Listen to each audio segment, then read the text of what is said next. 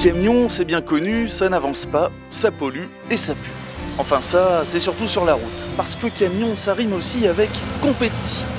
Et quand les conducteurs de poids lourds ont le pied lourd, ça donne des courses en peloton avec de la baston, des trajectoires millimétrées et des freinages tardifs.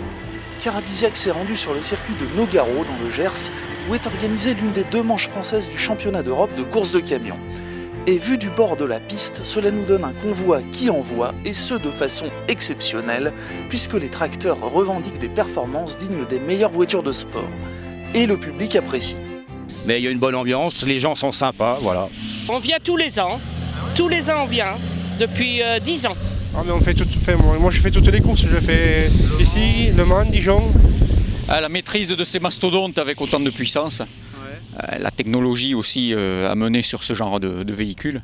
Nous avons pu infiltrer l'équipe de Renault Truck Racing qui aligne 2 bolides de plus de 1100 chevaux. Pas vraiment du genre à rester à la remorque des concurrents. Mais pour transformer le cheval de trait en pur sang, il y a un truc. Ou un truc, comme diront les anglophones.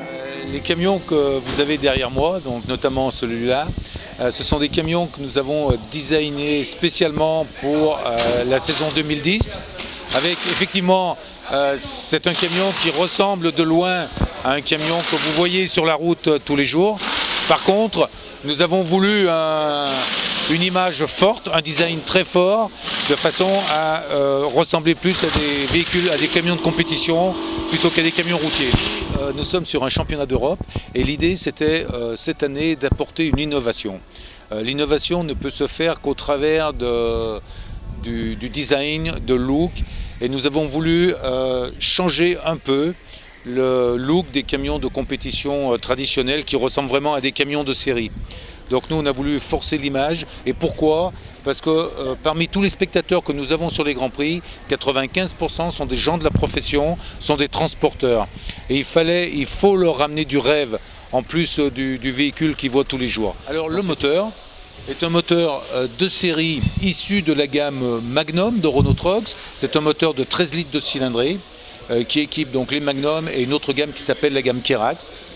Ce moteur bien sûr est différent d'un moteur de série, puisque un moteur de série développe 520 chevaux et ici vous avez un moteur qui développe plus de 1100 chevaux. Donc on atteint ces puissances en changeant des éléments à l'intérieur du moteur et en modifiant tous les paramètres électroniques de commande des injecteurs. Derrière le moteur, on retrouve traditionnellement une boîte de vitesse, qui est une boîte de vitesse série à commande mécanique. Et là, on est obligé, puisque c'est la réglementation FIA qui nous impose cela. Derrière, nous avons un pont. Et puis ensuite, nous avons sur la partie avant, nous pouvons aller voir la partie avant, qui est un essieu traditionnel de camion.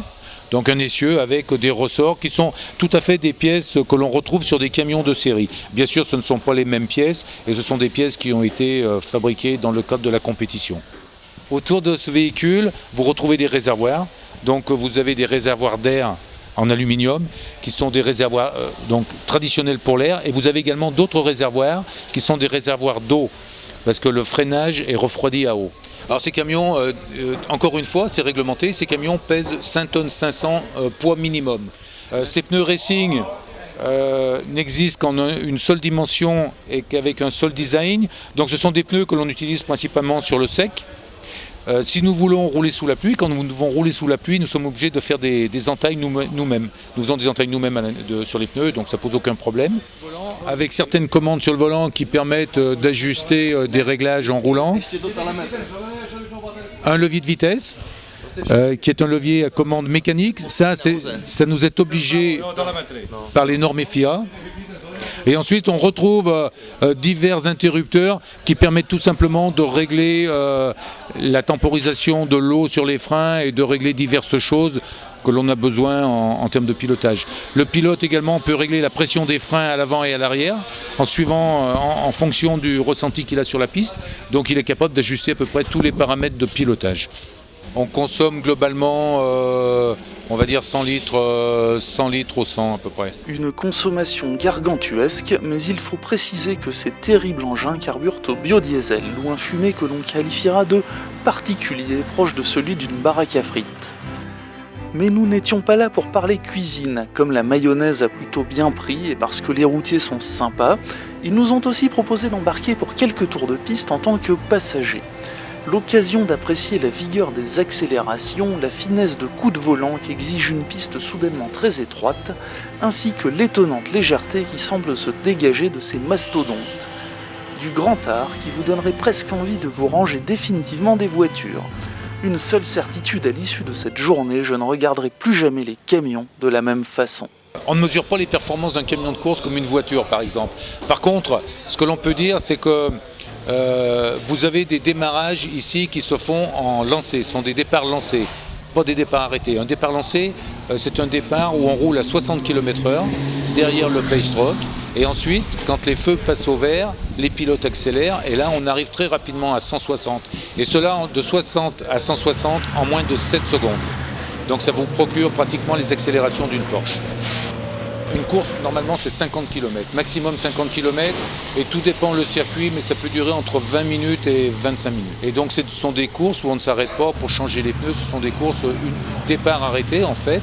Et si malheureusement, en cours de route, on a un incident avec des pneumatiques ou autre chose, eh bien, on ne peut pas s'arrêter au pit pour réparer, c'est trop tard.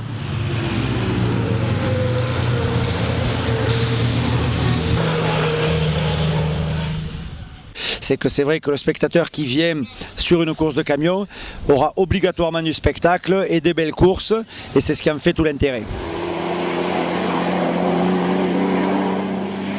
When you're a racer, you race everywhere, okay?